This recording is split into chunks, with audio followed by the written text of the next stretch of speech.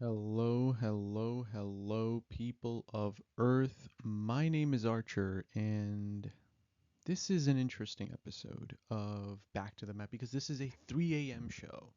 This is Archer After Hours because I've been gone for quite some time. I missed WrestleMania. Not missed as in like I didn't watch it. I did. I didn't cover it, or at least I tried to cover it. And we'll get into all of that stuff today, but if you're a first time viewer here, this is essentially a show where I step back into the world of pro wrestling, right? I used to be a fan. Uh, I dropped off for a bit. Now I'm back and I'm covering it from a week to week basis, every Raw, SmackDown, and PLE. So if you're a lapsed fan, if you're someone who enjoys wrestling and just wants to experience someone else's perspective, join me. I'll be here every single week. And like I said, this is an interesting episode. This is a different episode. This is an episode where I'm gonna go through the WrestleMania, um, but I'll also explain why I was absent for the whole thing. And oh boy, is there a gigantic excuse that Archer's gonna make? But yeah, we're you'll you'll uh, you'll hear it all. So join me and let's get into today's topics. All right. So what's on the agenda for today? First, I'll just get it out of the way in the next slide. But why didn't I cover WrestleMania? You know, did you finally get? Yeah, you know what? We'll cover it when we cover it. But yeah, why why didn't you cover WrestleMania? Are you finally back? Spoiler alert. Yes, I am officially back, like back for real. And I doubt that there should be any issues moving forward. In fact, it might be a much more of a listenable programming, I would say.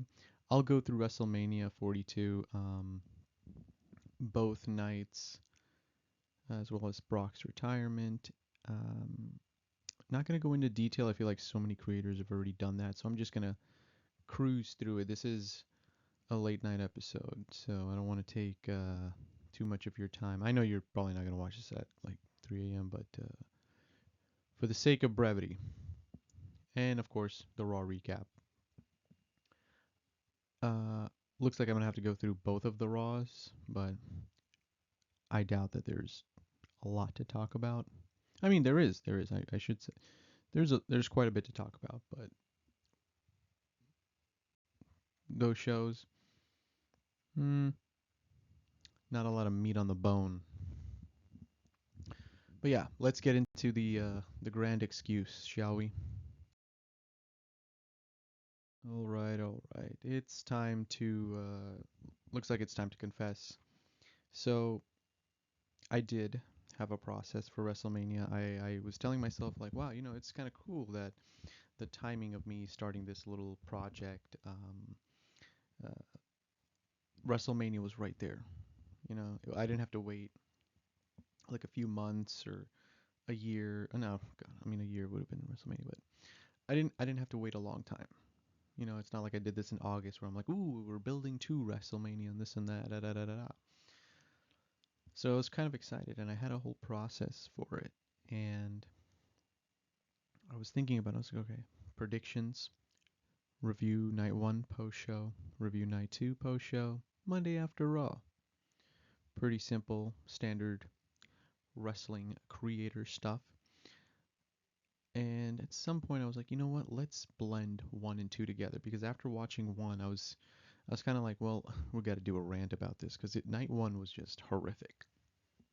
It was one of those nights where it's like, oh, what a waste of time this was, you know. And so the plan was combine it, right? Just combine it. Long story short, I go to record. I'm recording. I got my slides ready to go. And I'm like, cool, awesome, nice, doing well. I see a typo on the screen. And I'm like, oh, you know what? Fix that. take a break, fix it. I go in, fix it, and I was like, you know what? Let me listen to the audio because I kind of went on for a while. I went on for about 30 minutes or so, and I hit play. I hit play, and there's nothing. There's no sound. There's no audio, and I do my best to try to recover it, and there's not really much I could do, to be honest. It's not like I was spending hours or blah blah blah.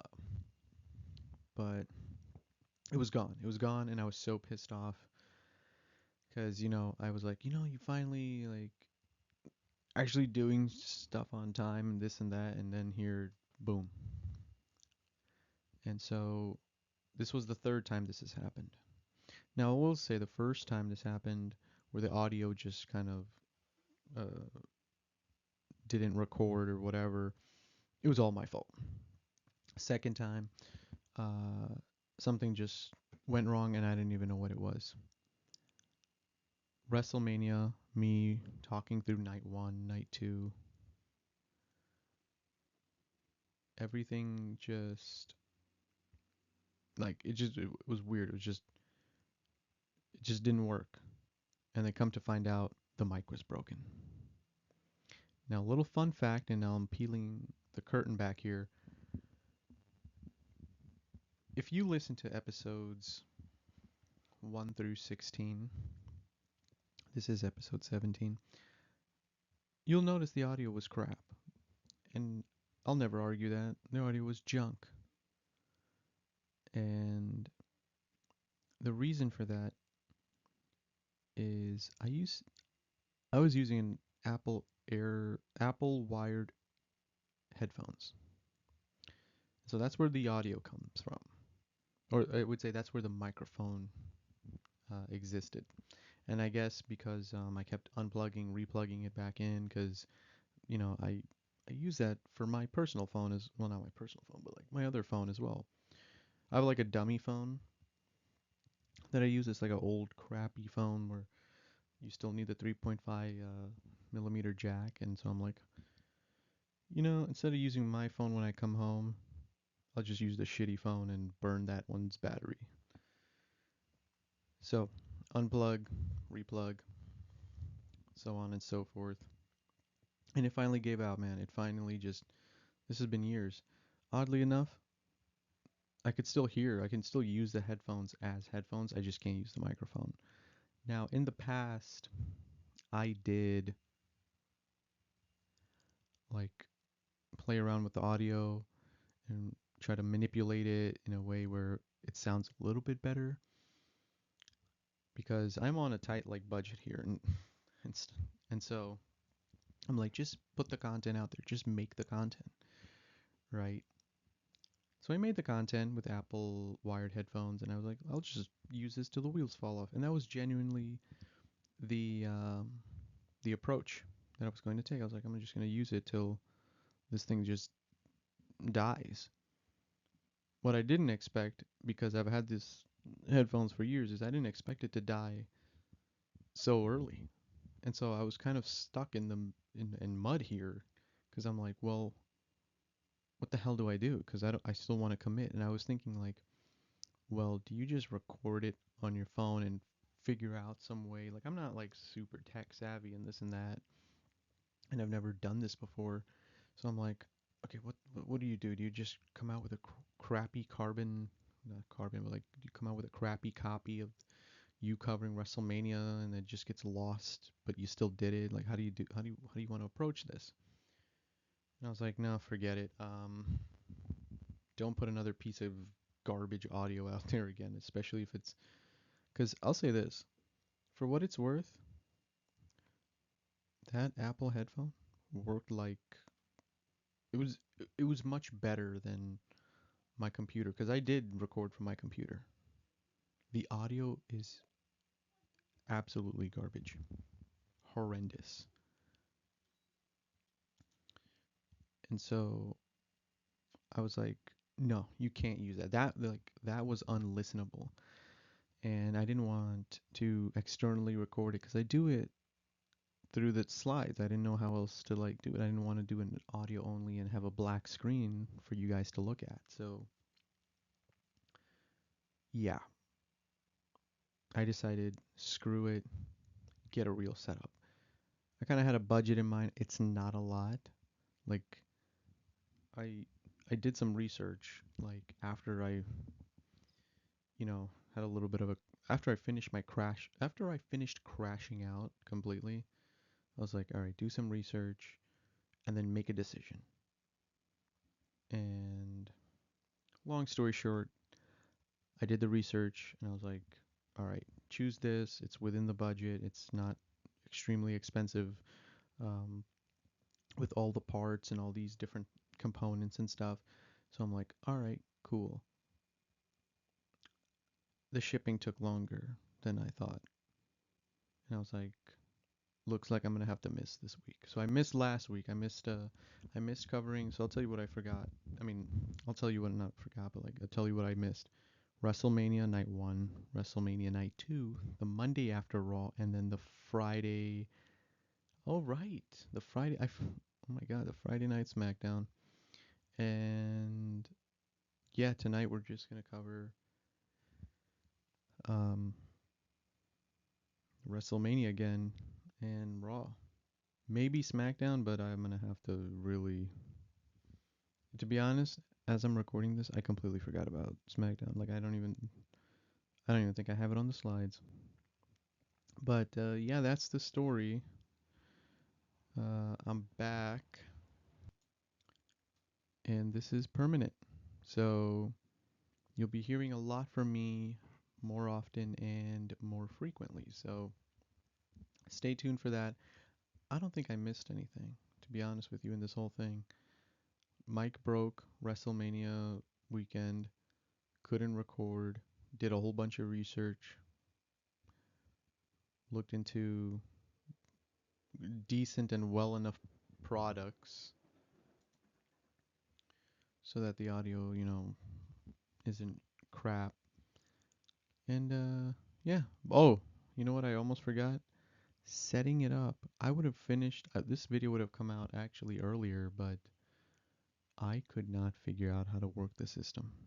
I was like fiddling around with all this different shit and I was like, how the hell do you connect this? Why isn't this working? Why is the audio so low? This and that. I bought this cheap fucking, well, I bought affordable I bought affordable equipment, but I was getting like a little pissed off. Turns out I just had to turn a knob the other way. Cake in my face. Or egg in my face. Whatever you want to call it. Anyway, let's get the show started. I'm most likely going to cruise through the WrestleMania subjects because you guys have probably heard about it a lot more eloquently from other creators, so you don't really need me to tell you what's up. But yeah, man, these were the slides that I had for WrestleMania, so I'm looking at them right now at the first time you are, well, not the first time, but like, I mean, I created them, but I haven't really looked at them. I'm just gonna shoot from the hip. Hopefully the audio is good, so let me know about that. Let's get into the mother freaking show, dude. All right. Um, my God, looks like I was gonna spend some time here talking about how the show was too short and how we were just bombarded with ads. It is hard to go back that far and really think about how I felt, but all I remember was just the pain of watching this, watching the fact that night one was just, dude, I didn't find any joy in it. It didn't even feel like a WrestleMania to me. Matches didn't get enough time. Uh, there's too many ad breaks, dude. I remember thinking like, what is the point of WrestleMania Night One? Like just to tell the Cody versus Orton story, and at the end it was just lackluster. It wasn't even anything I was like excited about anymore. Pat McAfee came in. I'm like, and we'll get into that whole scenario, but it was. decent enough, I suppose. But yeah, you're looking at the graphic right there. The runtime was just horrific. 1 hour and 24 minutes of like I think it was actual um like wrestling, actual time spent like us watching wrestling and this and that. So or the active showtime. I don't know. Boring is what I like to call it. Next.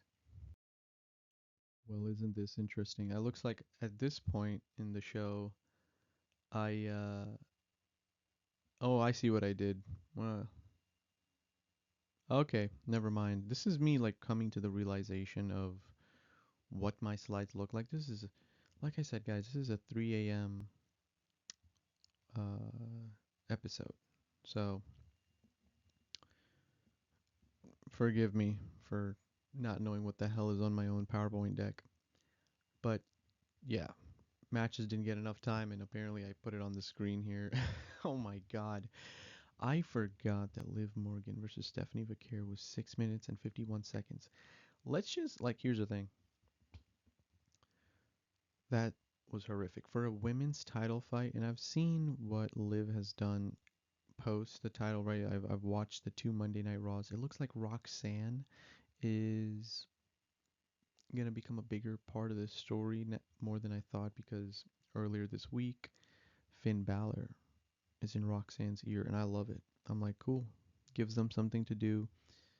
Apparently, Finn Balor had brought her into the Judgment Day. I didn't know that. I had to find out through other, the internet. But it is a damn shame that the women's title fight, got so less time. I mean, this is the least amount of time in the entire night one. Horrific. I'm thinking if there's anything else I want to talk about. Becky Lynch versus AJ Lee. All right, fine. It was a good match, to be honest with you. I'm okay with the ending. Becky, I think, should have been the rightful winner. Um, yeah, and I guess I'm gonna talk about Cody versus Orton in the next one. So let's just get into it, shall we? Let's see what I wrote because I don't even remember. All right. Okay. So thank God I was prepared for this because, not gonna lie, if I had to build this whole thing from scratch again, I couldn't remember. Not at all. Um, looks like Pat McAfee is out. I am so glad he is done with. Apparently, because it's been a while. It's over. He's not coming back. He made kind of announcements. My wrestling career is done. We got the punt back. I don't think it's officially back, but I think they needed like some type of shocker for the return. Dude, Cody's eye looked like grape jelly on Monday Night Raw.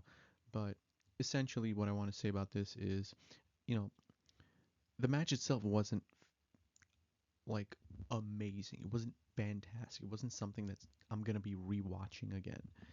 Um, Actually, you know what? Maybe I might rewatch it. Maybe because of this whole build up, it didn't feel as amazing as it should have. But I think maybe on the rewatch, I might appreciate it. But to be honest with you, 95% of me is like, you're never gonna rewatch this match. I'll be honest. When Pat came running to the ring, I thought he was gonna pin. I thought he was gonna give Orton the 15-time world champion, and I'm so glad it didn't turn out that way. I'm so glad he got RKO'd. I'm so glad he got Crossroads. It was great to see him just take the exit. And so, oh yeah, I also Cody did some pretty dirty moves. Like it looks like he picked up a couple of things from Randy and during the mentorship, and he's like, you know what? like I'm a baby face, but I don't have to fight clean. I don't have to fight clean against you. And I like that. It was like a nice little wrinkle in a baby face character. Something you don't really see of them just doing some them just giving heels a taste of their own medicine, so to speak. All right. What is next? Because I think I covered everything. I think for the most part when it comes to these three, yeah. I hope they continue this story heading into Backlash and everything, because I think now they might actually tell the Orton versus Cody story without TKO's involvement in everything here. At least for this one. I think WrestleMania night one was just like, okay, we got to sell the tickets. Enter Pat McAfee. I don't know what he has to do with selling tickets. I think this gate was lower than the attendance was lower than the previous year. I think last year was like 60,000. This time it was only 55 or 50 or something like that. So it didn't work. Pat McAfee did not sell. The promo codes did, but it wasn't because of Pat McAfee. It's the damn ticket prices. Next. Yeah, so night two was infinitely better. I had fun watching the fight. I had a great time watching the fight. It felt like a better experience. It feels like whatever they realize, like, oh crap, when it comes to all these ads, when it comes to all of this, pacing, it feels like night two they got their stuff together. Feels like night two they learned from their mistake. Still not amazing, but a better outcome than the first. In all honesty, just make it one night. Just make it one night and get it over with. Because night two is great for ticket sales, but realistically, it doesn't produce an overall amazing product. That's just my 2 cents on it. But also, the other part of me is like, I kind of like two nights. The other side, like me playing devil's advocate right now, I like two nights. Two nights makes me feel like I have something to do over the weekend. Where I go, oh, cool. I get to, my weekend is covered. I don't have to make plans. I don't have to do anything. I don't have to touch grass. I could just be like, well, one, night two, I'm at home. But realistically, for the fan experience, it should be one night. Let's get into Brock's retirement. As of this recording, Brock Lesnar has not returned. We are 2 Raws after Mania. So, if you're wondering, right, the timeline of this recording in relation to the Mania, there you go. Oh, I remember recording this section and being heavily like detailed on it, like being like going through it and being like, I love this. This was amazing. This was blah blah blah blah blah. And now I'm sitting here and I'm like, I could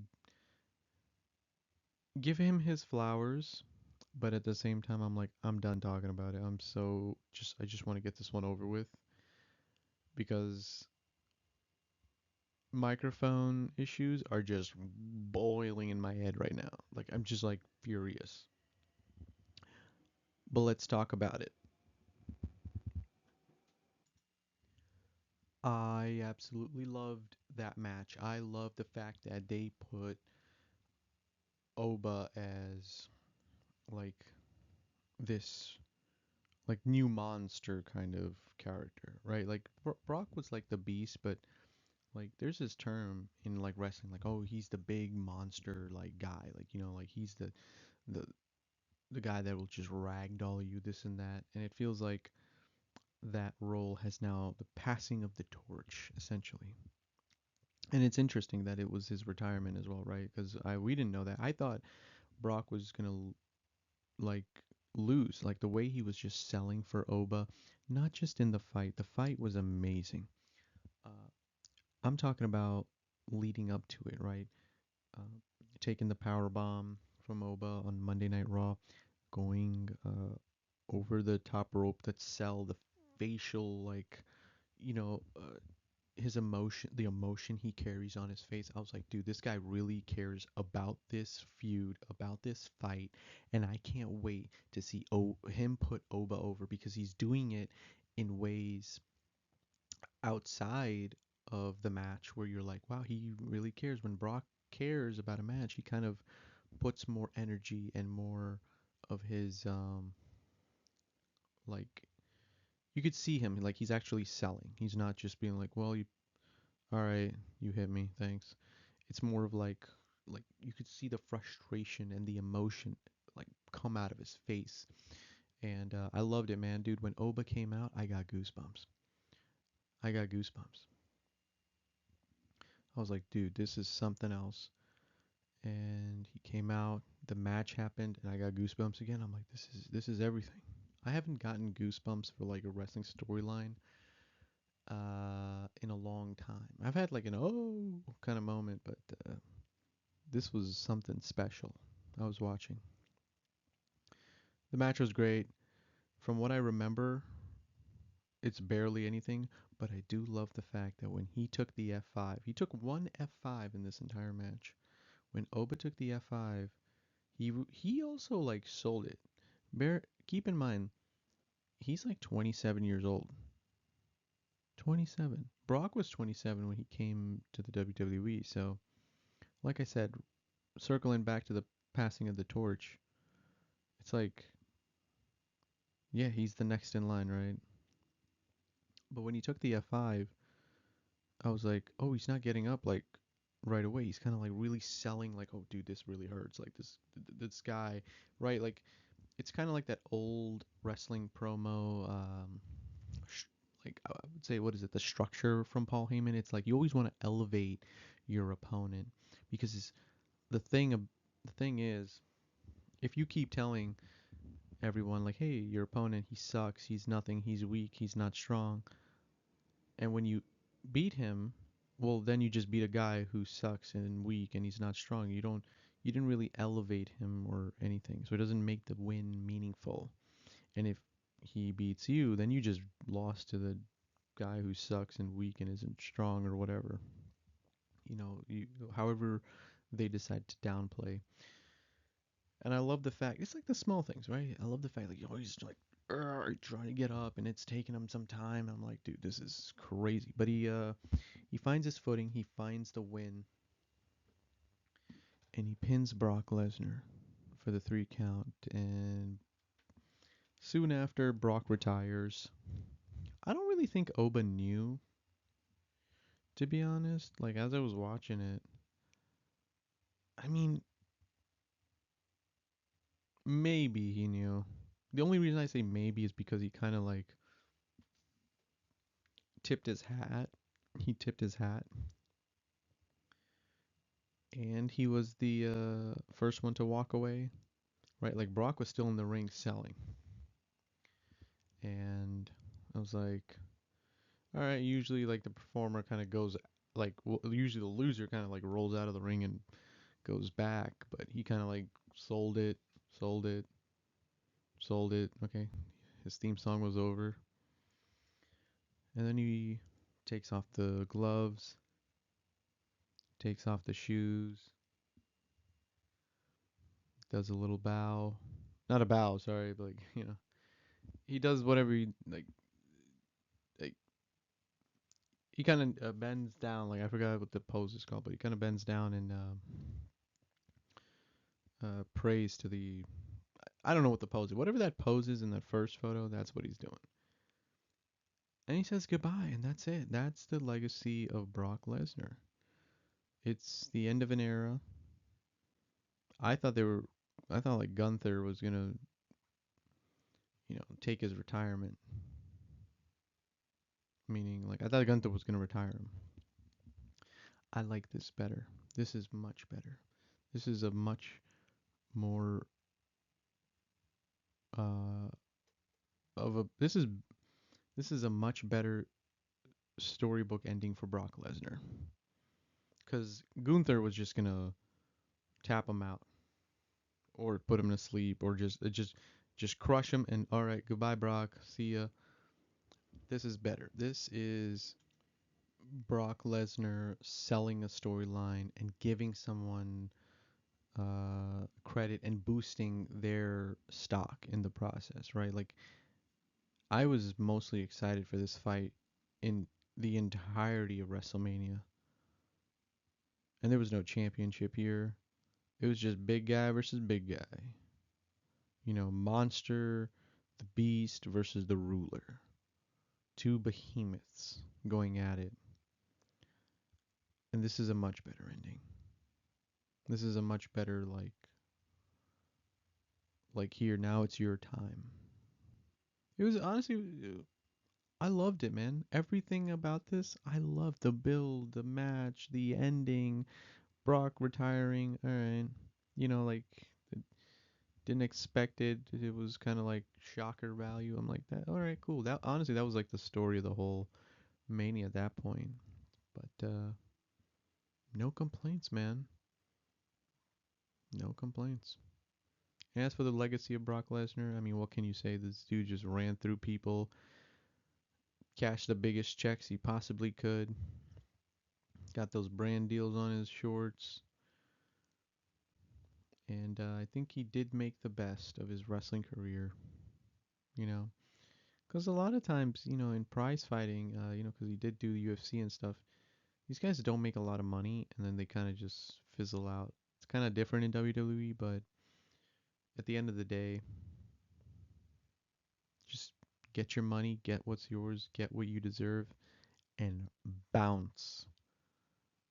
The longevity in wrestling is it's forgiving, right? You can. It's not like MMA where you're look once you're out of your prime, you are out. You are out.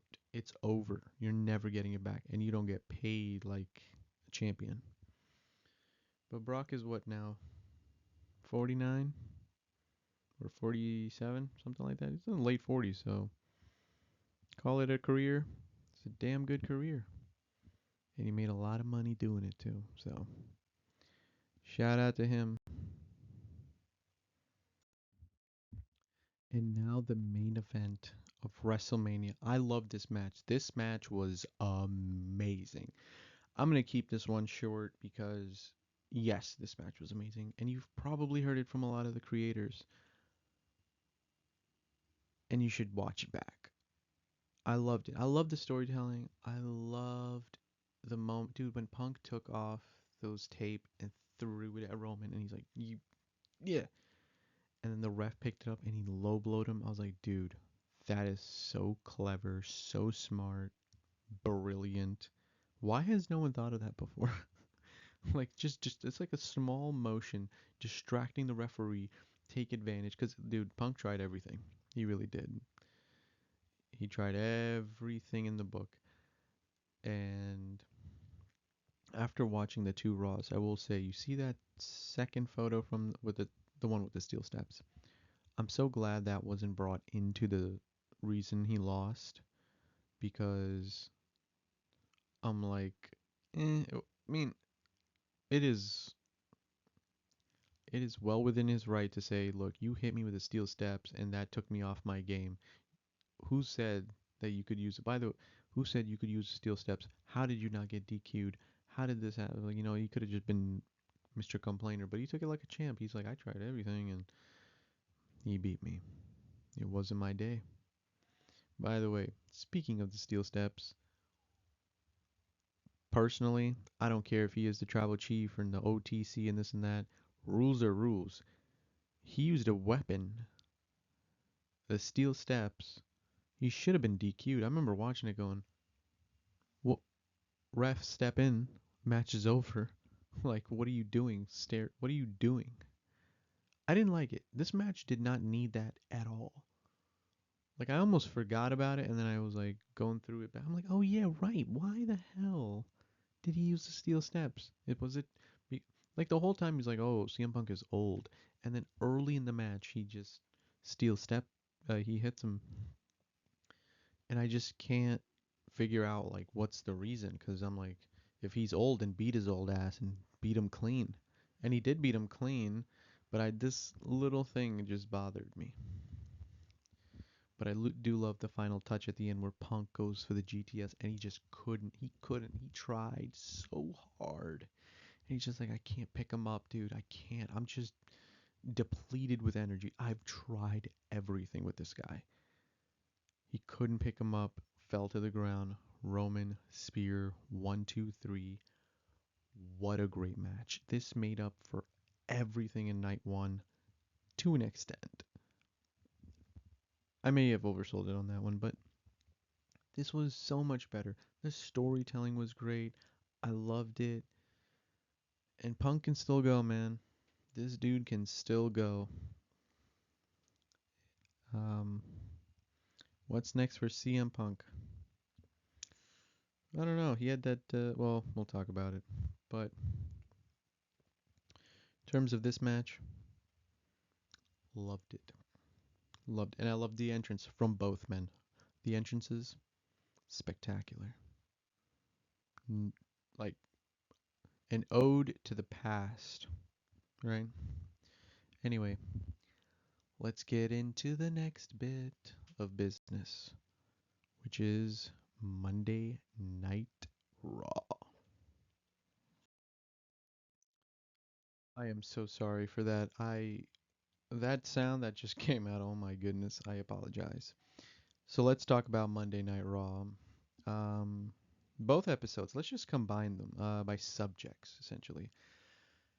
The Vision and Seth Rollins segment. Yeah, I'm not feeling this, dude. Like, I don't know what this is supposed to be. In the earlier episode tonight. Um, actually, what am I saying tonight for? In this week's episode, he kind of said you're a Steiner. They're all hinting at it, and I don't know how I feel. I have to keep seeing because we all know he's a, what is he, the son of Rick Steiner?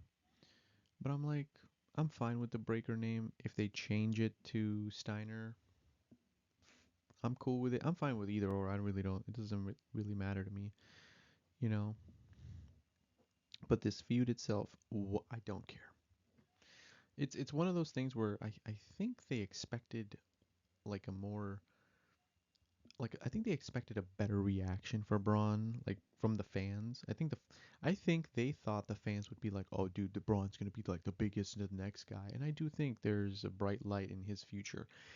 The only problem is they, I don't think they, I don't think it's happening as quick as they wanted it to happen. You know what I mean? Like I think because of the injury and because of everything,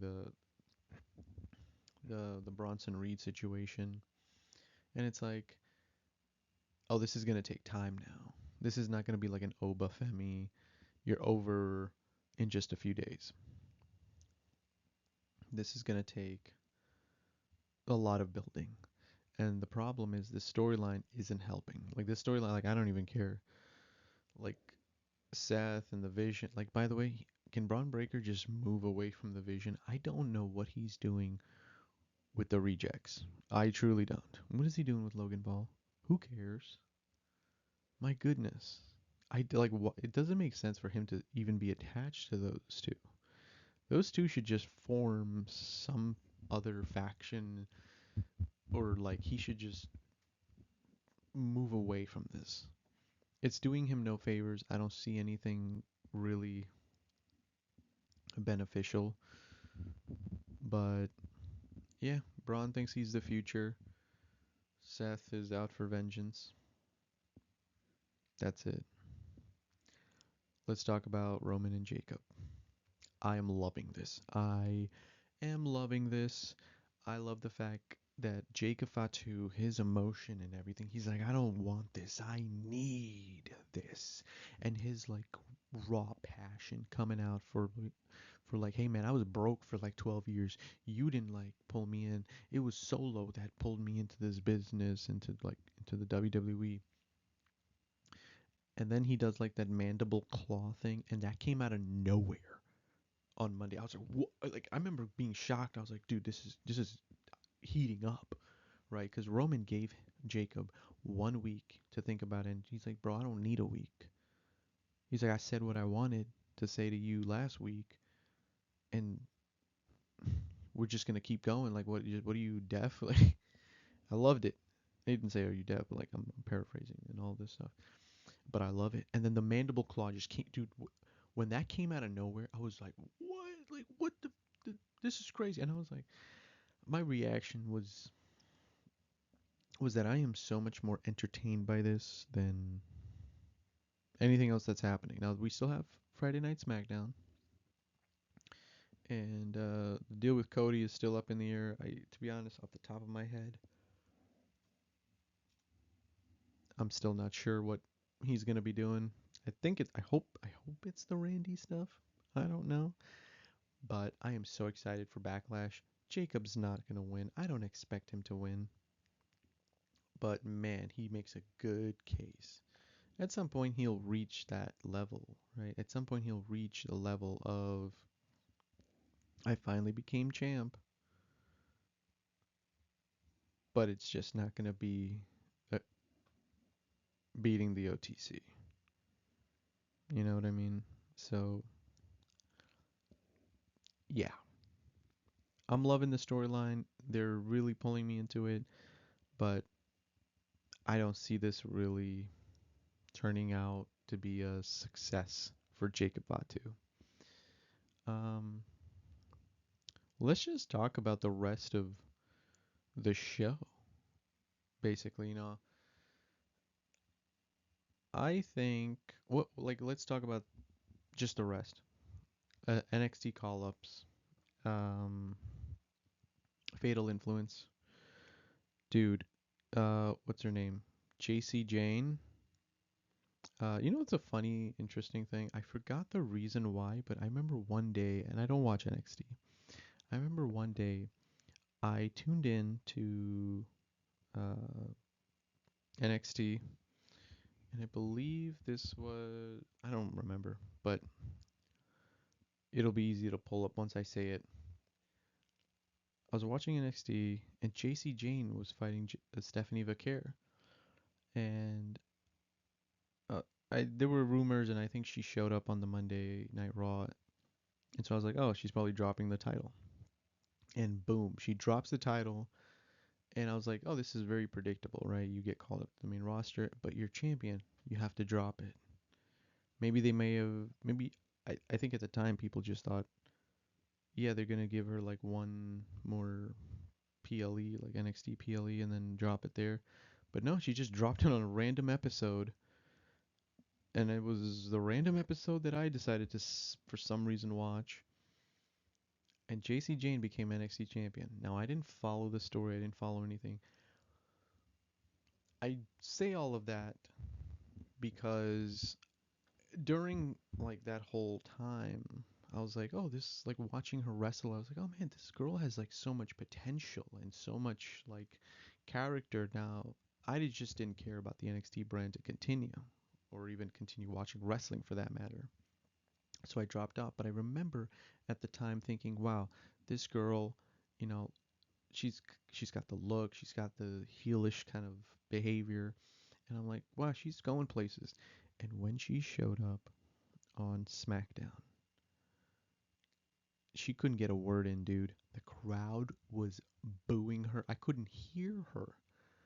And I was like, this is incredible. This is something that I love when this type of shit happens. I love like the crowd just booing. I love the backstage. I like all the weird stuff about wrestling. I like all the strange, unusual things. Because then she had to navigate through that, and I'm like, dude, this is real heat. I don't even know what she did on NXT to deserve this type of heat, but it carried itself through the rest of the fatal, the rest of the. Good lord, why am I blanking on their name? I think it's called Fatal Attraction. Oh my goodness, Fatal Influence. Sorry, the rest of the Fatal Influence members as well. So I'm like, whoa, whatever I didn't even know she was in a faction. So whatever they did on NXT clearly bothered the SmackDown crowd last week. So yeah, I'm here for Jacy J. I'm already like a fan. I saw the like I'm like, oh, this girl's got something, and then she just got booed, and I was like, oh, add her to the list of people I want to see every single week. I'm here for Jacy Jane.